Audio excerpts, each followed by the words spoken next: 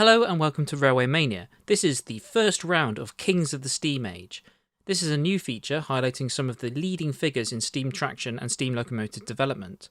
Guests will have to fight their corner for their chosen candidate. First up, we have Graham Muspratt, who is going to be arguing the case for O.V.S.Bulleid. Graham, welcome back to Railway Mania and being a participant in our King of the Steam Age feature. So you've nominated Bulleid. Yes, I've nominated Oliver Vaughan Snell Bulleid.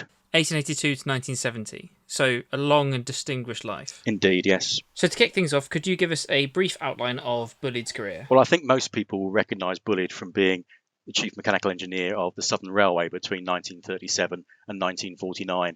But actually, he started his life on the railways on the Great Northern Railway back in 1901 as a premium apprentice. He was actually interviewed by H.A. Ivett, and Bulleid would later go on to marry his daughter. But as well as working on the Great Northern Railway at that time as an apprentice and then personal assistant to a locomotive superintendent, he spent, just after he got married in 1908, time working in France with the French Westinghouse Company as a test engineer. Then worked for the UK Board of Trade for their overseas exhibitions team, working as a mechanical and electrical engineer for the 1910 Brussels and the 1911 Turin exhibitions, before returning to the Great Northern Railway in 1912 as personal assistant to one H.N. Gresley. Under Gresley, he had a fairly wide remit, working on all sorts of things, from coaching stock development through to welding and coach underframes that he had welded and boiler barrels, and improving the riding of coaching stock, but also locomotives such as the 282 P1 and P2 class locomotives and their development. And the race to the north by the mid-1930s was very much on. Bulleid spent some time in Germany looking at the Maybank flying hamburger diesel unit train with its Bugatti styling. And that, of course, then led to him working with Gresley on the A4 Pacifics and the Silver Jubilee trains with their streamlined skirts between the bogies, for example, on the underframes.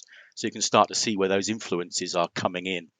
When Gresley in 1923 was appointed CME of the new L&ER, he continued to have Bulleid as his personal assistant, but now working out of offices at King's Cross. Meanwhile, in the mid-1930s, over on the Southern Railway, although not long-distance speed trains were really required, there was a need for larger locomotives, particularly on the Dover boat trains, which were getting heavier and heavier and needed to keep their point-to-point timings.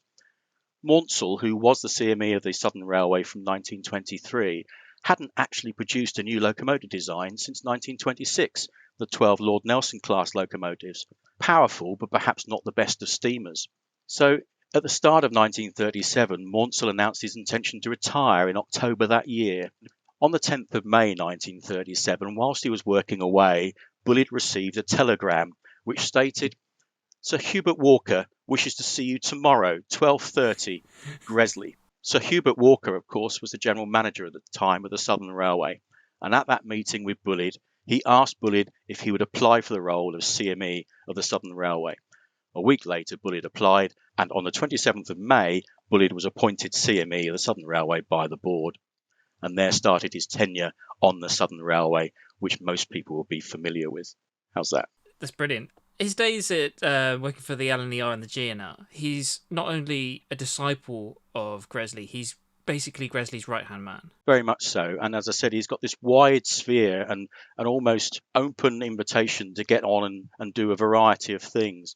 Gresley was very much a sort of a black and white man and would make fairly quick decisions and didn't really want to get involved with some of the stuff out on the wider sphere of the CME's role.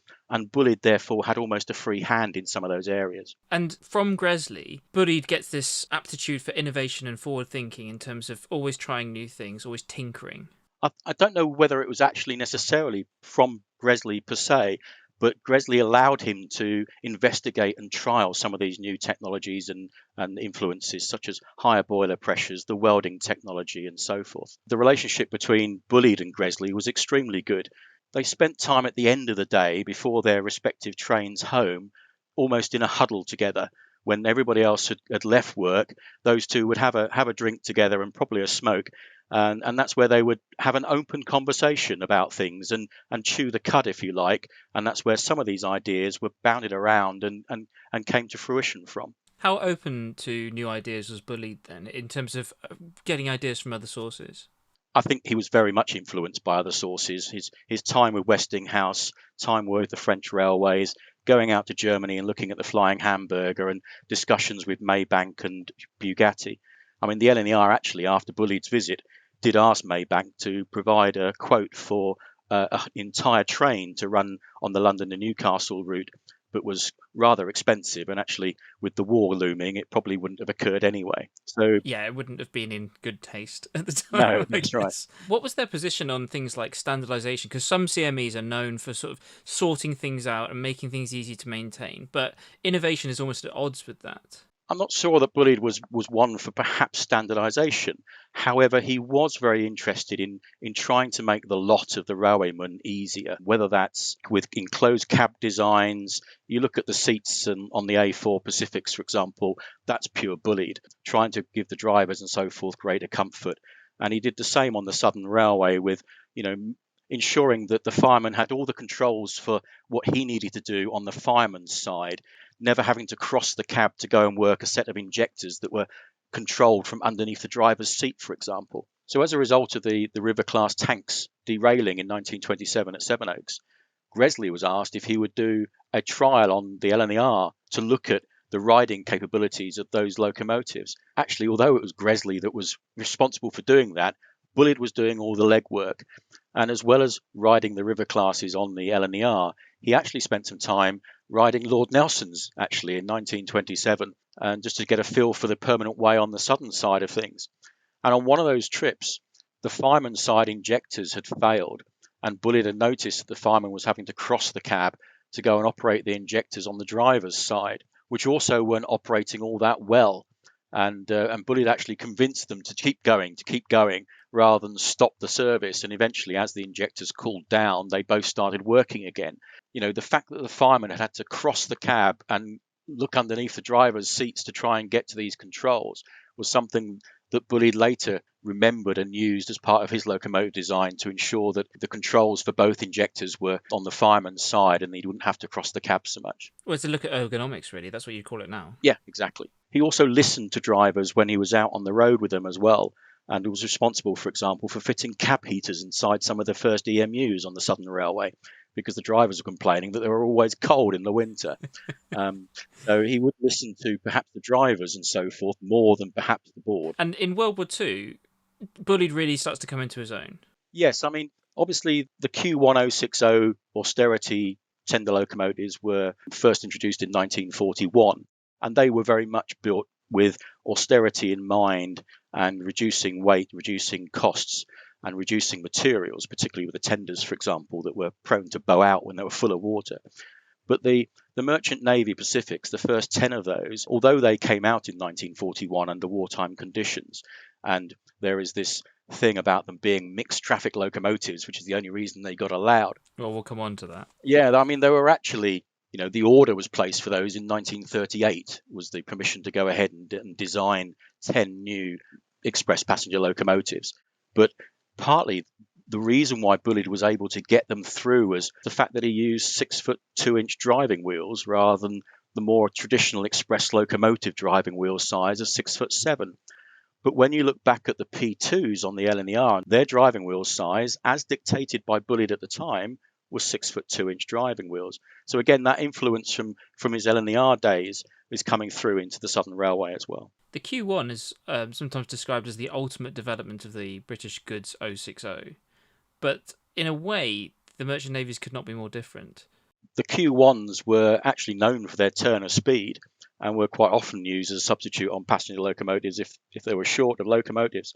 The biggest issue with the Q1 was not actually their speed or power, which was pretty damn good, but was with their ability to actually stop. Their braking power alone, because of their low adhesion weight, wasn't actually all that good. But yeah, very austerity design, But that design was started under wartime conditions, whereas the merchant navies were started effectively sort of a year and a half before the war. So there was a lot of express passenger side of that locomotive in place before the war started. And the merchant navies lead to the development of the light Pacifics as well. Indeed, yes. Post-war, we're looking forward to electrification and also dieselisation. So Bulleid introduces diesel traction to the Southern. Well, he introduced electric traction to the Southern as well. The Southern obviously has been using EMUs on the suburban routes for, since the early 1910s. That was progressively getting wider and wider across the network. In 1941, Bulleid worked with Rawworth actually to produce the first of the two what known as booster locomotives. The Coco locomotive designs with booster technology, i.e. effectively big flywheels, to allow those locomotives to travel across the third rail gaps. So an electric unit, of course, is picking up of a much longer, wider area. So the problem with an electric loco with third rail is how do you get across the gaps? And so the booster design was built for that. And they were used on the New Haven boat trains and things like that. Two extremely powerful locomotives, very much appreciated by the drivers because, they had this raw power at their hands for both freight trains being electric hauled and also passenger trains. And they survived the last one right up until 1969. But as you say, immediately post-war, Bulleid started with the Bulleid diesels. First of all, a couple of sort of shunting type locos, but also the one Coco, one Bulleid diesels that we know, 10201 and 10203. Their design was actually started before the LMS twins came out, but the actual physical locos didn't arrive until just after nationalisation in 1948-49. Extremely good, powerful locomotives with English electric diesel engines in. One thing about Bulleid is his legacy of things that some of the more run-of-the-mill things that got carried through much later on. So you look at the bogie design of the Bulleid diesel, it was then effectively the same design that they used on the Class 40s, the Class 44s through to the 46s. Exactly the same bogie design, albeit a slightly different body shape on the same effectively base engine format. So again, that Bulleid design was carried right the way through onto those locomotives as well. Side by side with this future-looking development is also the ultimate attempt to get steam traction to work alongside diesel and electric traction. Yep. So this is the leader, which history knows as a failure. What was the thinking behind that? Was that developed for a direct comparison between the two? Not as such. The traction department at the time were looking for what they considered to be passenger tank locomotives. So originally people were talking about a replacement for the M7, and that's what the original budget was for. The traffic department then decided that, well, actually, yes, we can do with these larger tank locomotives, but what we could actually do with is something that's far more powerful, has got good route availability, easy steaming, etc., etc. We can run at higher speeds than you'd get if we just made some new M7s. So although on one camp there's the people that says, I can't believe the leader was produced just to replace M7s, it's a bit more complicated than that. The design brief, the requirement brief changed over a period of time. Now, whether that was from lobbying behind the scenes from Bulleid, who knows?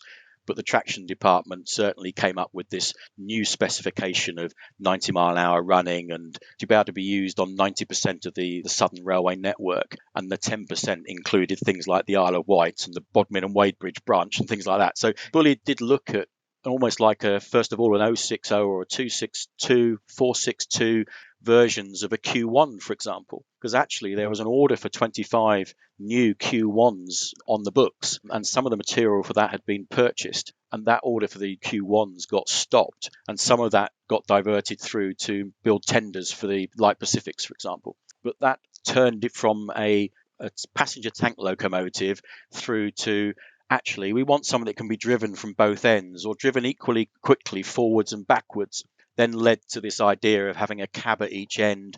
And actually, the design was based on what's called a Kurtzen-Meyer articulated locomotive. So 2060 bogies, 3 cylinders on each bogie, again encased in an oil bath, a bit like the merchant navies and the Light Pacifics, which the aim there was to reduce maintenance costs. It's almost turning it into the internal combustion engine. You don't have to empty the oil out every day. It just sits there and works in a bath of oil. So it's not unlike a cross between a Sentinel locomotive and a Kurtzen-Meyer. Yeah, very much so. But in the middle of that, you had Bulleid's fantastic free steaming boilers. One of his real success things is is his free steaming boilers in the merchant navies, the Q1s, right the way across the board. You never saw any complaints about how well those locomotives steamed, and his attention to detail on the steam passages, because he'd previously done a bit of work on the Lord Nelsons. His very first job on the Southern, if you like, was to look at the Lord Nelson class and think, well, we've got a base for a powerful locomotive here. What's throttling it at the front end? And he did a lot of work on the steam passages and the piston valves. He increased the piston valve length and, of course, fitted them with the Lemaitre blast pipe arrangement.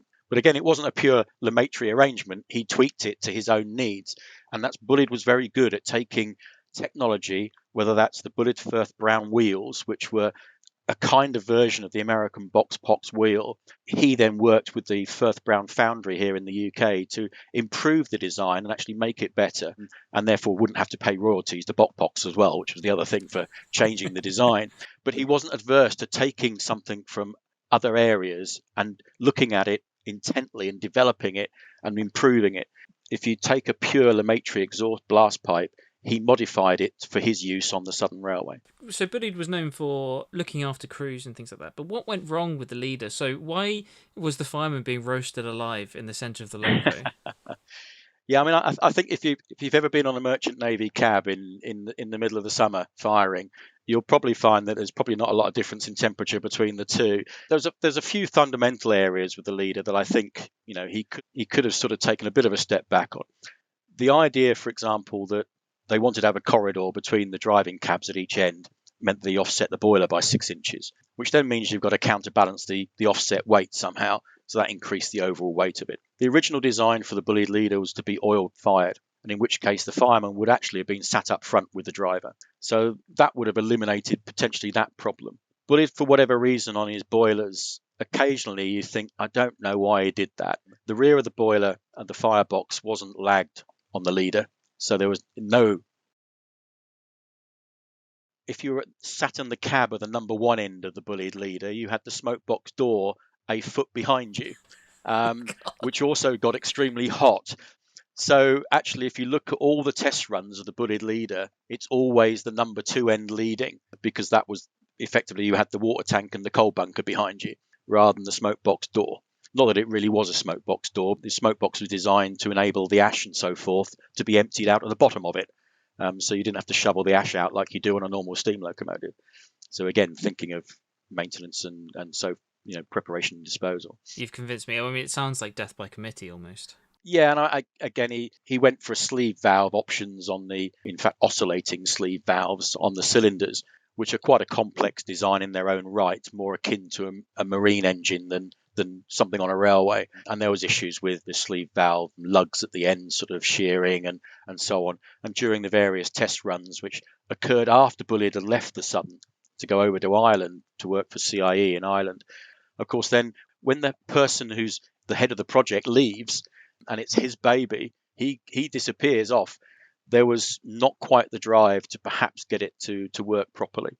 So I think you could call it a failure on one hand. There's a lot of innovation there, perhaps also come along a little bit too late, I think. Going back to the wartime years, do you think that Bulleid could be accused of pursuing a vanity project with the merchant navies during a time of war? I think when you look at the amount of traffic that was on the Southern Railway at the time, they were desperately short of motive power. You've only got to look at things like Operation Dynamo at the start of the war, where we were retrieving service people from Dunkirk. The way the Southern Railway were running train services to move people away from the ports and get them inland and then eventually back to whether it's Plymouth or wherever, those train services worked with a military-like precision without the military being involved. And there was actually one general that went on record saying that, I don't know how the Southern Railway did that, because we couldn't do it as an army. Drivers were driving trains not knowing where they were going. They were just being told to take this train to a particular place, and then you'll find out then when you get there, you'll find out where you're going next. But they moved an extraordinary amount of people. But of course, later in the war, preparing for D-Day and things like that, there was a huge amount of railway services on the Southern. It was quite really bearing the brunt of a lot of the services. And so, there was that reason for bringing new locomotives to bear, because they were Stuff that had been taken out of service in the late 1930s was, because it hadn't been withdrawn yet, was being taken off the scrap line almost and put back into service. They were so short of locomotives. Do you think that Bulleid's innovations were, in the end, with the benefit of hindsight, a step too far, or do you think that he didn't go far enough? I think you can say with hindsight it's potentially a step too far, but I also feel that there were certain areas of his designs that if you were doing that design today, it would work with modern materials, modern seals, and all those sorts of things that he was being almost held back with wartime conditions and so on. That those designs were inherently reasonably good designs, let down by perhaps some of the materials involved and some of the other technologies at the time not quite keeping up. So upon his death, he was described as the last truly original and progressive mechanical engineer of the steam locomotive era in Britain. Would you agree with that? I think so. I mean, when you go back and look at a lot of the early engineers, whether that is Stephenson, whether it's Telford, whether it's Brunel, for example, one thing that's always struck me about those designers and those engineers is they didn't stop at one thing. One day they'll be building a bridge, the next day they'll be building a ship, the next day they'll be building a railway to Bristol. And they were really a jack of all trades. And what's happened over the time is our engineers have just got more and more focused. And I think that Bulleid was probably one of the last to be involved with coach design, wagon design on one day, locomotive design the next, and so on. Yes, he didn't get involved perhaps like Brunel would have done on laying out for a new railway line. But in those days, the CME was responsible for everything. And you see Bulleid's hand in so many different areas. Yes, you could say that under Maunsell's days, Lyons, as he was the coaching man. Bulleid worked with Rawworth, who was the chief electrical engineer. And Rawworth was always fighting with Maunsell because Maunsell was steam engines and Rawworth was there wanting to electrify everything. Bulleid actually saw everything knitting together. He could work with Rawworth on electrics for part of the service on one part of the network, but there was never going to be electrification through to the West Country. Although it was planned, it was never going to happen for 20, 30 years. It never has happened. But, there was a Southern Railway plan to do that. Bulleid was able to intertwine with those and to say, okay, yes, we've got to develop the electric side, but we still need steam over here. And therefore, I need to have a locomotive that's capable of working on the West of England main line with its gradients and so forth, which is why the 6'2" driving wheels were so applicable. When you look at what he does and how some of that's been translated and brought forward into what we recognise today, whether it's the Class 40 design, whether it's the Mark I coaching stock design, which was in essence a slight cross between the Southern coaches, because Bulleid would recognise that certain things were right and he wouldn't touch them. He'd done a lot of work on the LNER to improve coach riding and improving the LNER bogie design or the Great Northern bogie design. When he got to the Southern Railway, the Southern Standard 8-foot bogie, he said, well, this is fine. I don't really need to touch that. So that bogie design was used on the Maunsell coaches and Bulleid reused it again on his coaching stock. He did come up with a slightly improved design a bit later on one of the inspection saloons, but that was a one-off. Could you sum up for us in 30 seconds then why Bulleid is the king of the steam age? I'm actually going to be cheeky here and say he's one of the kings of the steam age, but I think he's certainly up there. I think he's actually broader than being just a king of the steam age because he had that interest in diesels and the electric locos as well. The advances that he made on both steam engine design, particularly boiler design. I mean, his were definitely the freest steaming boilers ever built in the UK for a steam locomotive. So he did have his quirks, but I think he brought a lot of innovation and a lot of interesting innovation to both steam, diesel and electric. Brilliant. So that wraps up episode 1 of Kings of the Steam Age. Big thanks to Graham for coming on the podcast. I hope you liked it and it provided some education and entertainment. Stay subscribed for more episodes soon.